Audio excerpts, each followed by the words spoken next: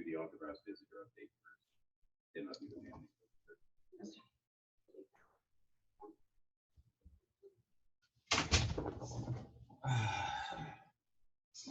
Authorized visitor update. The reason being that this information needs to be put into Cerner, it helps the nurse, the bedside nurse, not getting an additional phone call from the front desk, which I'm sure nurses are inundated all day long with unnecessary phone calls and some that are necessary, but for the most part, you know, unnecessary. Secondly, the family spokesperson, please make sure that that spokesperson is identified in the system. This prevents information being given to the wrong individual as far as HIPAA is a concern. Don't want to have any violations with HIPAA, as well as getting multiple family members calling you, asking for information. Thank you. Have a good day.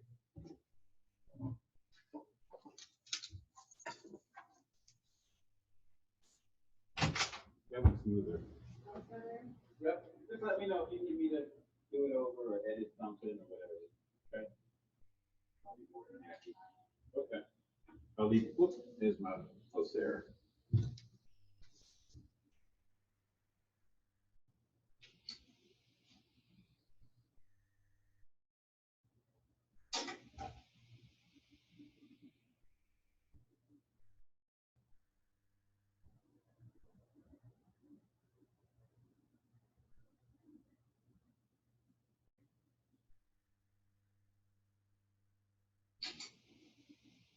Hello.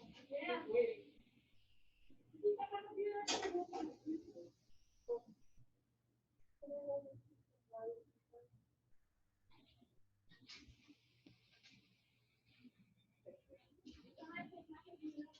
She was too much, but I felt like I lost it.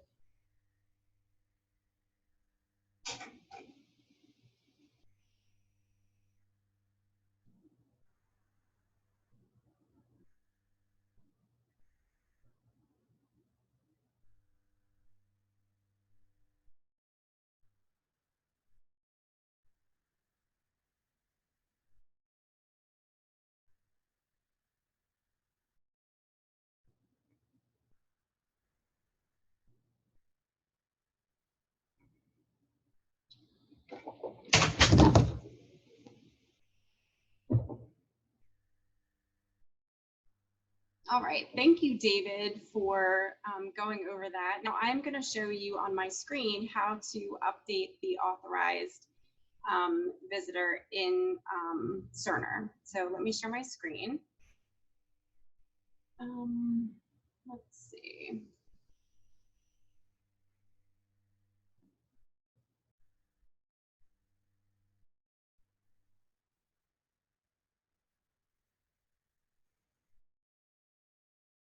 And I'm going to go into Power Chart. And I'm just going to use any patient so I can show you the steps.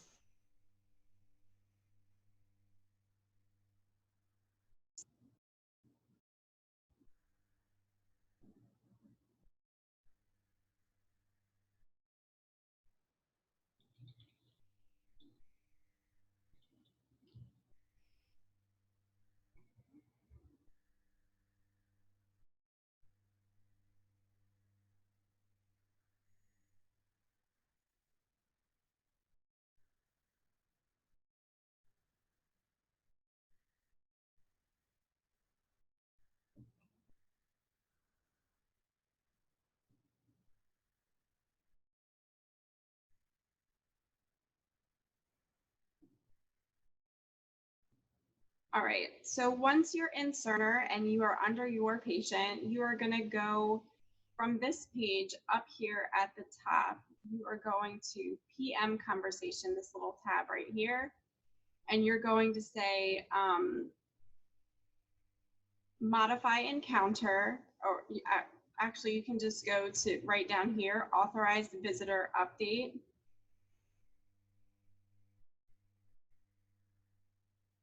And then you're going to, from this drop down menu, you're going to choose authorized visitor update and click OK. And then it's going to open another pop-up screen for you.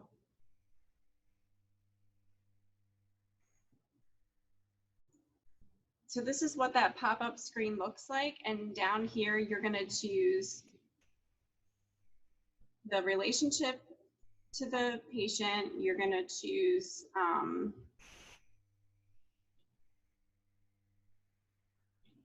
then you're going to type in the last name and the first name. The birth date and the sex are optional. So what this does is it relays this information so that the front desk can pull this up and they automatically know who is authorized to come and visit this patient. So they don't have to call and interrupt your day as the bedside nurse. And this person, as you know, can change daily for our non-COVID patients. They can have one authorized visitor per day. There are special exceptions. And then, of course, if a patient has a caregiver 24/7, that person does not count as the authorized visitor. They can have the caregiver and they can also have a family member come and visit them as well.